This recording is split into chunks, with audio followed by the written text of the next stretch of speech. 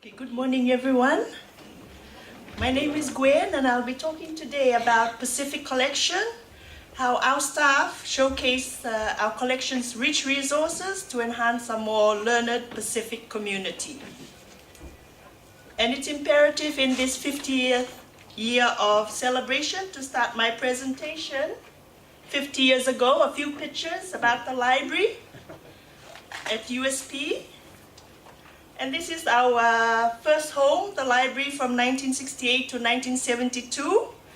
And a little story, Pushpa Ram, she was the first secretary who joined the library in 1968. She was a secretary for the first two university librarians. And in an interview with Pat Craddock for Conversations Under Mango Tree, a sound recording of interviews for USP's 25th anniversary, she tells the story of the problem of mongooses because of the uncleared vegetation around the library.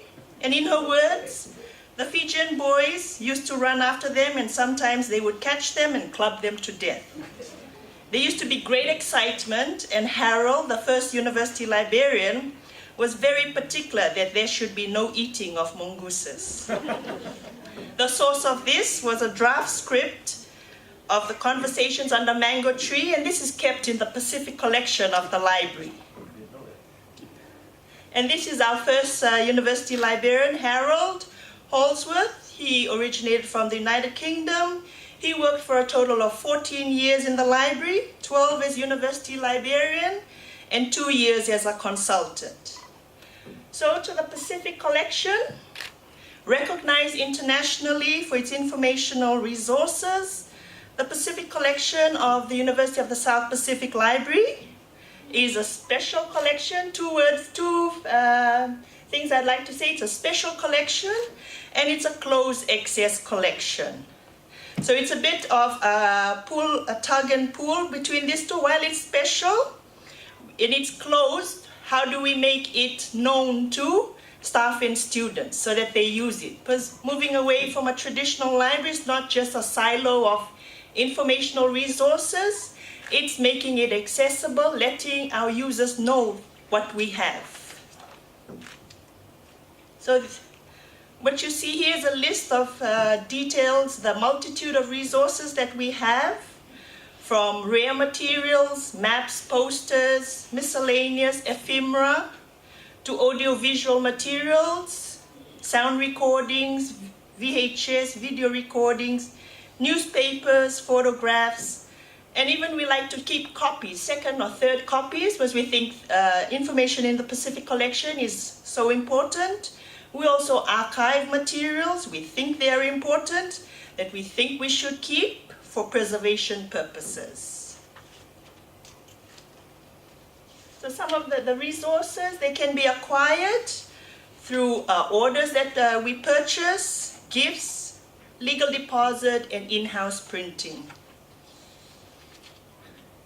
So just graphically, what the types of resources that we have and how many. The majority of it is in general collection, which means that there are catalog entries. So if you search our online catalog, they'll be retrievable. So this is our Pacific collection staff. They are the direct guardians of this rich and comprehensive collection of resources about Oceania. 3 of the staff that are not pictured here, but are equally important to those that you see, are Chone Batiwale. I'm sure many of you know him. There's Sala and Bharti.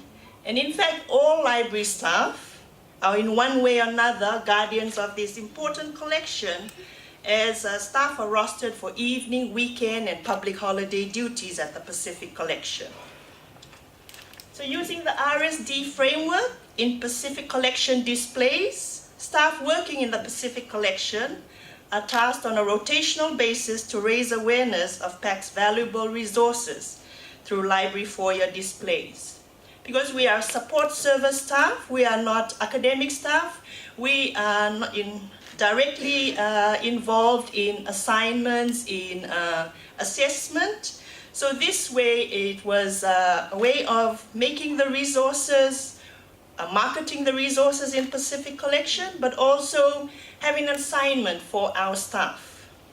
And the aim of this exercise is to expose staff to the 6 facets of thinking with an end product that showcases library resources relevant to a topic of current interest. So you have the 6 facets. You ask yourself, what is the purpose? You want to do a display. What is the theme? You're finding information, you're generating information. What are you required to do? You're looking for Pacific Collection resources primarily and supporting resources that you find online. You're evaluating, the staff is required to evaluate and reflect what is the relevance, what are materials of authority, are the resources relevant to the topic, to the theme. And then they're tasked to organize and manage, arrange the resources that they find, putting the findings together. When they put together a display, they're putting the findings together to make it attention-grabbing, the information is correct, because our users are the ones who walk through the library, they take in the display. It's to get their attention and to analyze and synthesize. The general question they're asking is it making sense? Is it addressing the display theme? And finally, communication and apply. That's actually what is the end product. It's actually the Pacific Collection display. Again, is it attention grabbing? Is it informative? Is it giving new information? So this is a few pictures of behind the scenes, what it looks like in the Pacific Collection. There's lots of information. They are important information, but they're gems in a haystack. They're just collected. Some of them are not cataloged. There's no entries. Don't know what we have, but we know that it's been collected over time, and it seems to be important. So following on are some examples of the displays that the staff have put together. One of the first ones that we did was of the Nanai, the Fijian cicada, that only appears every 8 years in huge numbers for about a month or so. So this display was put up during the months of August and September last year.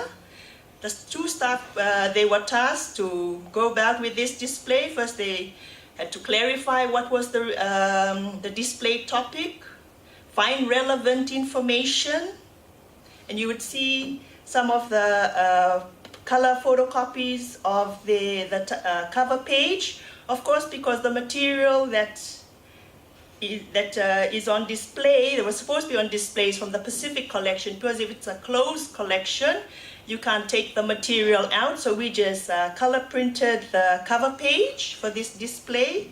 We also worked collaboratively with 2 external organizations, IAS and Nature Fiji, to put this together. The actual specimens were given to us, on loan to us from the Institute of Applied Science from USP. The next one that we have, next to the one on the left, was in commemorating Alan Arlo's life and passion for the performing arts. And this was tasked to the staff to find information, and we also used 3-dimensional objects to bring out the display. We had to find out, we had to go online and search what were these 2 traditional artifacts, Samoan artifacts, that Alan used in his performances. And you can see the staff, these are the curators of the different displays. You can see the passion in the picture. They are very proud of their output. So it adds motivation to the staff because they know that the students, those who take in their displays, how much they would enjoy it, and also how much they enjoyed in putting it together. The second picture on the right, it's about Project Banaba. We're focusing on small island states, as our first plenary speaker was talking about, trying not to be too Lothala-centric. We're trying to use these displays also to not to only inform our users, but also inform our own staff in knowing what was in our collection, so that when they help users with research questions, they actually know what's in their collection. Also with the display on the right, we also showed a video. It was published by BBC titled Coming Home to Banaba, and it was shown in the adjacent room, library conference room. And the Project Banaba one was in collaboration with artist Katerina Tewa. She's a Banaban scholar and an ANU professor. She was talking about environmentally devastating phosphate mining, so that is also an important topic here in the Pacific, and more so here in Fiji with bauxite mining, etc. The next display was about Cook Islands Language Week. We focused again not on a major country, but one of our smaller, less known countries, to promote not only the resources, but also about the country itself. The other display was about Georgina Beer.